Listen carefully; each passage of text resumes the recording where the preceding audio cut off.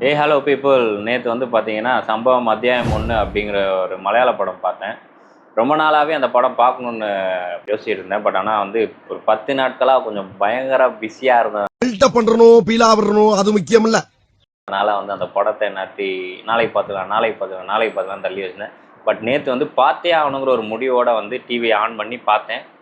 அந்த படத்தை வந்து பார்த்தீங்கன்னா வந்து ஒரு டைம் லூப் பேஸ் பண்ண ஒரு படம். ஓகே, அப்படி என்ன தான் இருக்குது அப்படின்னு சொல்லிட்டு அந்த படத்தை போட்டு பார்த்தேன்.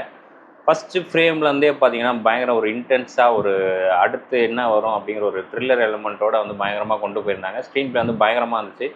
கேரளாவோட லேண்ட்ஸ்கேப்பை வச்சு சூப்பராக வந்து செம்மையாக எடுத்திருக்காங்கன்னு நான் சொல்லணும். ஒரு 30 வருஷத்துக்கு முன்னாடி தமிழ்நாடு பார்டரில் இருக்கிற போலீஸ் வந்து ஒரு குற்றவாளியை கூப்பிட்டு போவாங்க 4 பேரை. ஸோ அவங்க தப்பிச்சு ஒரு காட்டுக்குள்ளே போயிடுவாங்க. அந்த காட்டுக்குள்ளே வந்து பார்த்திங்கன்னா ஒரு நல்ல ஒரு பேக் ஸ்டோரியை வச்சு சூப்பராக வந்து கனெக்ட் பண்ணியிருப்பாங்க. இது எல்லாமே ஒரு டைம் லூப்பில் நடந்துக்கிட்டே இருக்கும். அதை வந்து கிராக் டவுன் பண்ணுறது தான் வந்து அந்த ஒரு பெரிய விஷயமே.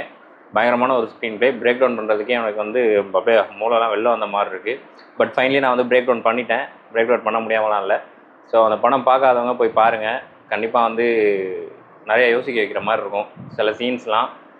பட் இருந்தாலும் வந்து ஒரு நல்ல படம்.